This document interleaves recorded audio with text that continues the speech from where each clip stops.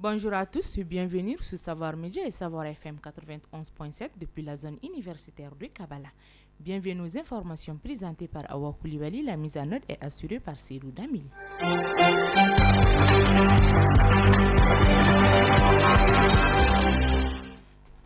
Au sommaire,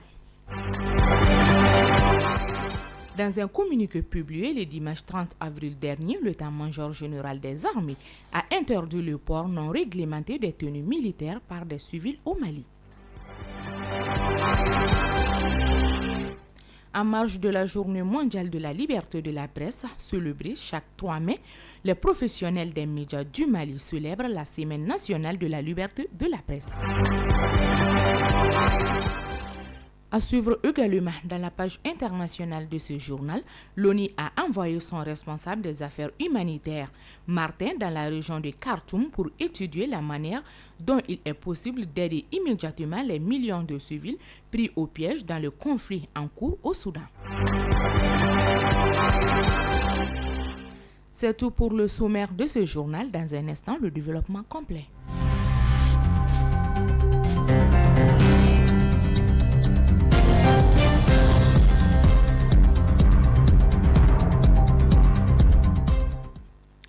Une fois de plus, bonjour à tous et bienvenue dans cette page d'édition du mardi 2 mai 2023, comme annoncé dans le titre.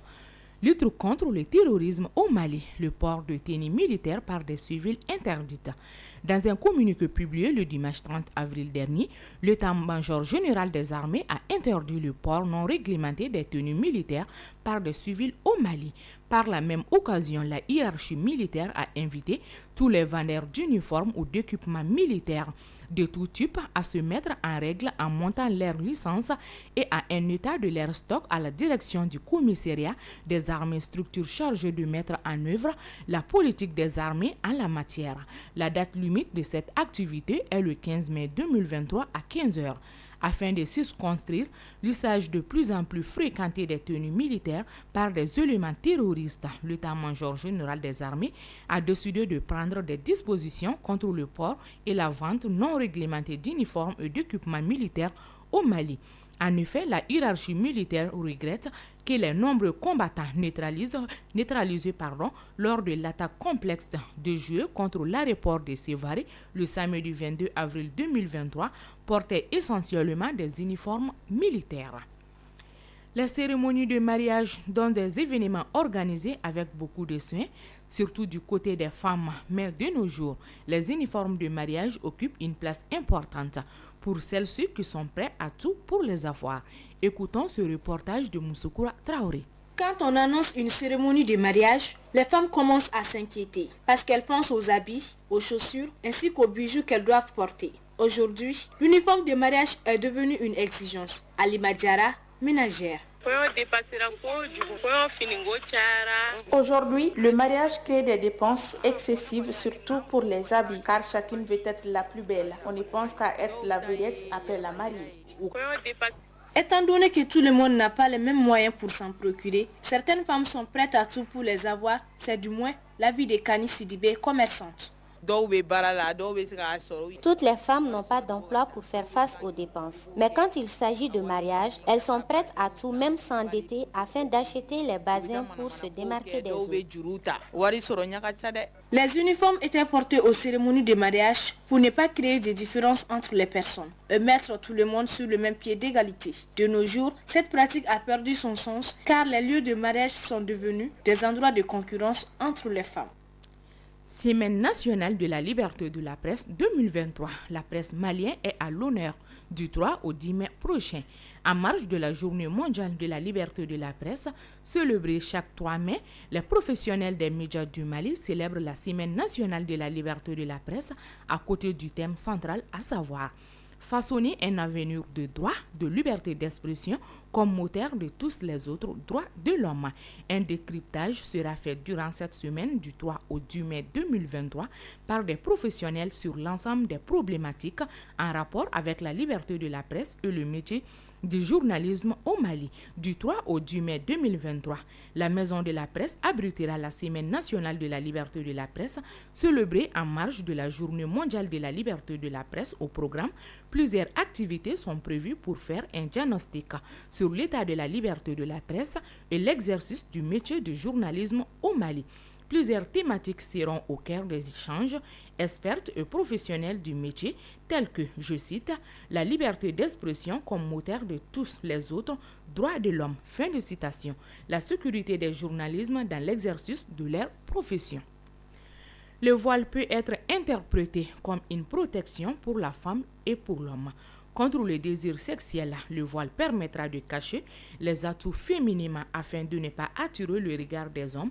Que pensent les Maliens sur le port du voile? Les éléments de réponse dans ce micro-trottoir réalisé par Lala Camara. D'abord, je dirais que selon moi, une femme voilée, c'est celui qui s'habille de façon respectueuse à ce que lui dicte sa religion. Je parle de la religion musulmane, effectivement. Voilà. Par contre, une femme non voilée, c'est celui qui s'habille de façon à casse-tête. Le voile permet de protéger la femme contre les regards indésirés. Une femme... Moi, je pense qu'une femme voilée est plus respectée par rapport à une femme non voilée. Parce que déjà, quand tu sors et que tu es voilé, les hommes, la première des choses, les hommes ne pourront jamais te désobéir. Ils seront toujours là à te respecter. Et toi qui n'es pas voilé, voilà, tu auras toujours quelques critiques de la part des hommes. Qu'Allah nous préserve.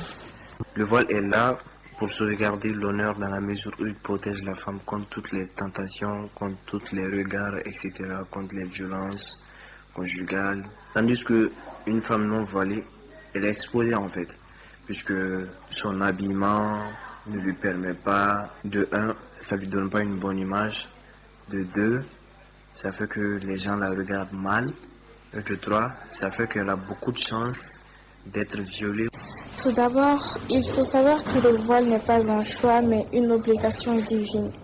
Donc pour le porter, il faut se référer à ce que Allah subhanahu wa ta'ala a dit. Mais la plupart des gens aujourd'hui le portent soit pour le style, soit parce que mon ami le porte, soit pour dissimuler des péchés. Chacun sait pourquoi il le porte, mais le port obligatoire et ce qui est juste, c'est le fait que nous oblige à le faire. Donc, mis à part tout ceci, il n'y a pas de différence entre une voilée et une non voilée, parce que les degrés de péché sont les mêmes. Quand tu es voilé, quand tu es bien voilé, les yeux passent sur toi. Il y a du respect partout. Selon nos cultures, c'est un peu bon.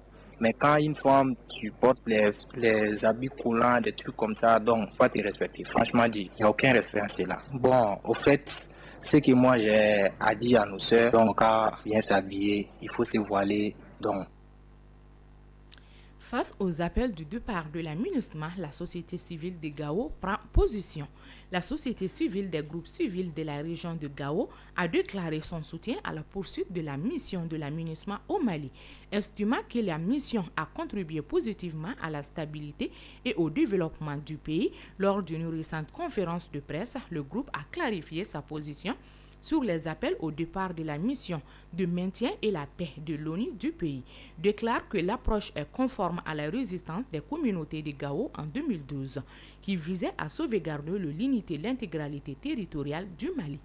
Le groupe a souligné l'importance du mandat de la MINUSMA qui a été renouvelé par le Conseil de sécurité de l'ONU en 2012 pour soutenir la mise en œuvre de l'accord de paix et la transition politique au Mali. Selon le groupe, la mission joue un rôle essentiel dans la protection des civils et la réduction des violences intercommunautaires dans le nord et le centre du pays. La MINUSMA est l'opération de maintien et la paix la plus meurtrière de l'ONU. Cependant, elle est également la première pour la sauvegarde du patrimoine culturel, a déclaré le groupe. Page internationale. Au Soudan, l'ONU s'inquiète d'une situation sans précédent après la reprise des combats malgré la trêve. L'ONU a envoyé son responsable des affaires humanitaires, Martin, dans la région de Khartoum pour étudier la manière dont il est possible d'aider immédiatement les millions de civils pris au piège dans le conflit en cours au Soudan. Alors que les combats se poursuivent dans différents quartiers de la capitale soudanaise et ses alentours, la secrétaire générale des Nations Unies, Antonio Guterres, a envoyé une émissaire dans le pays pour faire face à une situation sans précédent. Le porte-parole du représentant de l'ONU a annoncé le dimanche soir 30 avril 2023 la nouvelle en dénonçant l'échelle de la vitesse à laquelle les événements se déroulent dans ce territoire d'Afrique du Nord-Est. Précisément, l'agence France Presse, l'armée du général Abdel Fattah et la force paramilitaire du général Mohamed Hamdan Daglo poursuivant les échanges des tirs à Khartoum et Omdurman, même si un cessez-le-feu largement violent a été prolongé de 72 heures. En Côte d'Ivoire, Simone Gbagbo demande pardon aux victimes de la crise de 2010. La victoire d'Alassane Ouattara à la présidentielle de 2010 contestée par le sortant Laurent Gbagbo avait débouché sur 5 mois de crise et fait 3000 morts. L'ex-première dame de Côte d'Ivoire, Simone Gbagbo, a demandé pardon aux victimes de plusieurs violentes crises politiques lors des meetings à Bouaké ce dimanche 30 avril 2023. À quelques mois d'élections régionales et locales et à 2 ans de l'élection présidentielle. Je cite: « Je tiens une fois encore à demander pardon à toute la nation et à tous ceux qui ont subi des souffrances plus terribles, qui ont perdu des parents, emplois et qui ont contrainté à l'exil », a-t-elle déclaré à Bouaké. Chef de la rébellion armée, avait tenté en 2002 de renverser le régime de l'ancien président Laurent Gbagbo, son ex-mari. La rébellion composée de milliers avait pris le contrôle de la moitié nord du pays pendant plusieurs années. Je cite: « J'accorde mon pardon à tous ceux qui ont causé du tort à la nation ivoirienne et à ma personne, à mes proches et à ma famille politique », a-t-elle ajouté. Page sport.